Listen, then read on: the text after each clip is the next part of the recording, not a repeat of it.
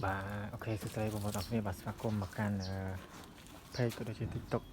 bà MC Yuli Sound ទាំងអស់គ្នាឥឡូវនេះគឺអីវ៉ាន់របស់យើងគឺមាន stock វិញទៀតហើយជាមួយនឹងសបកធុងសាប់ខ្មៅគ្រឿងបិទមុខពីទឹកកន្លះ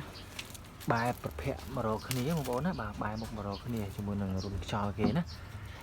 អានេះគឺស្អាតថ្មីហើយសលេងនេះគឺក្តក់ណែនល្អបងប្អូនហើយសំខាន់គឺយើងបិទមុខណាបាទបិទមុខអញ្ចឹងបងប្អូនអរគ្នាមានតម្រូវការចង់ដឹងតម្លៃគឺអាចឆាតសួរបានណាអាចឆាតសួរព័ត៌មានបានណា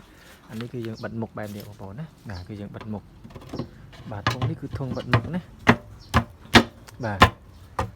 បាទគឺយើងបិទមុខបងប្អូនណាបាទបងប្អូនទិញទៅបិទឲ្យស្អាតទៅអានេះខ្ញុំគ្រាន់តែបិទលុំតែទេអូខេអញ្ចឹងអរគុណច្រើនមែនទែនវីដេអូនេះមានតែប៉ុណ្្នឹងទេបើឆ្លាញ់បើចូលចិត្តកុំភ្លេច share like ឲ្យបេដុំម្នាក់មួយផងហើយសម្រាប់ទីតាំងរបស់យើងគឺនៅភ្នំពេញ Telegram 099 577 500អូខេអរគុណច្រើនបាយបាយ